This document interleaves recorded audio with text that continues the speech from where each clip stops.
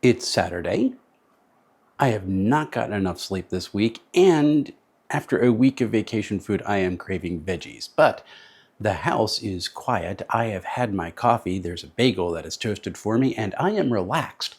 This has confused my brain, which has set out random sparks of thought that are sending me off into weird rabbit trails. These are some random TTRPG thoughts. Let's roll it.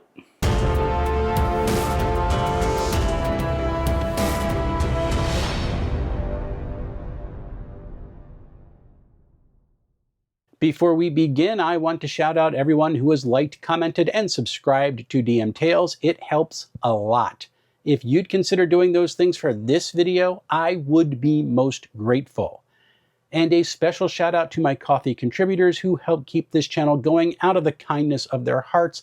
If you'd like to join the channel, the link is right over there. Also, if you're looking for some cool stuff to wear, check out my merch store for t-shirts and hoodies, including this one, which declares that you don't have a dice problem, you are a shaper of worlds. With all that out of the way, let's get to the randomness. 2 nights ago, we finished creating a Sentinel Comics RPG character for a new player, and after we got done, I had him and his dad sit down and play through a short scenario so we could tweak out some of the rules and show them how the game worked.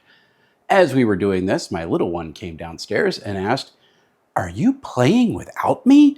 And I just told him I was showing them how to use the mechanics and that that was all we were doing. And he nodded and went back upstairs. And then the night after that, he and his friend joined us, and we had a lot of fun. I am now reading the Game Master's Guide for Dreams and Machines, and as I am reading it, I am actually wondering why this book exists. There's a significant portion of the first part of the book which is just verbatim what exists in the player's guide.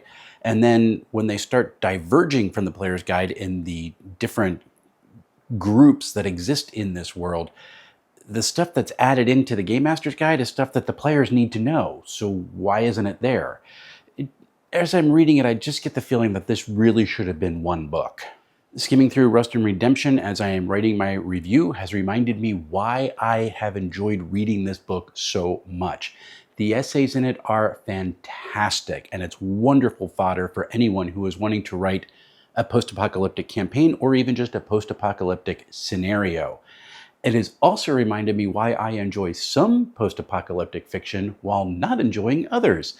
And any book that gives me that sort of personal insight is going to get a thumbs up from me.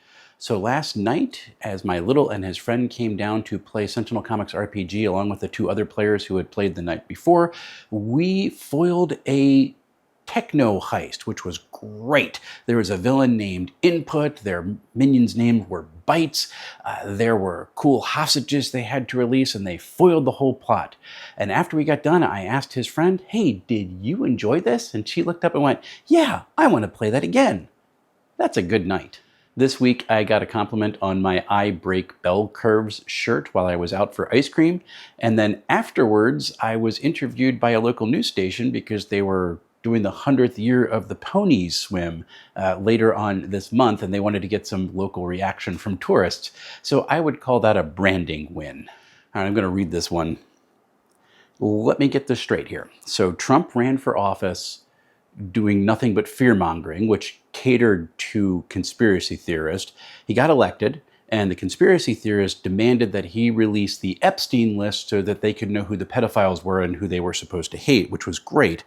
Pam Bondi declared that she had the list on her desk and was just reviewing it before release, and then suddenly there is no list. Trump has pulled the leash on all the MAGA influencers and demanded that they be quiet about all this, and has declared that anyone who is still demanding the Epstein List is now a former supporter of his. This is not normal. As I am recording this, the Roll Big or Go Home Humble bundle has, I think, 2 days left. It is, I think, around 50 different RPGs for $45. I haven't gotten it yet because I own a number of the games that are included in the bundle, but I really want to check out that Doctor Who RPG. Why do you tempt me?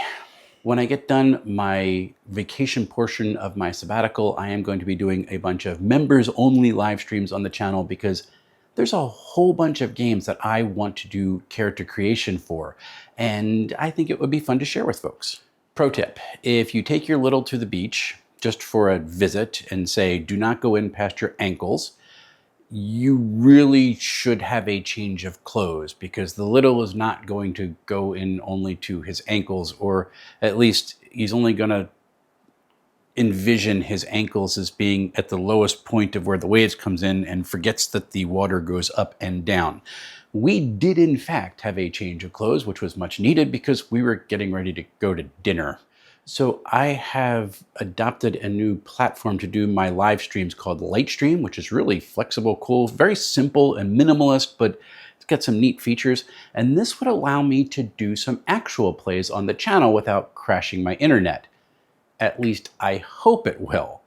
So if there are any games in my back catalog of reviews that you want to see me do an actual play for, let me know, because I'd be interested in seeing what you are interested in. I think I am going to start with Streamline Superheroes, The Electric State, and maybe Sentinel Comics RPG. We will see, but those are probably going to be my first three. Which ones are you interested in? All right, coming up, as I mentioned in this video, I am finishing reading Dreams and Machines, which is an interesting system, and I think I really do like the 2D20 system by Modiphius. It's really, really cool. And I am also writing my Rusted Redemption review, which has been a little bit difficult while you're out on vacation. Haven't had as much writing time as I would hope, but I'm hoping to get that up on the channel next week. It is a really fantastic book. After that, I do have Ironbound that I want to get to. I have Star Trek Adventures. I have Neon Lords of the Toxic Wasteland, all the books that are on my shelf, and I'm looking forward to getting them all to you. Until we see each other again, folks, happy playing, everyone.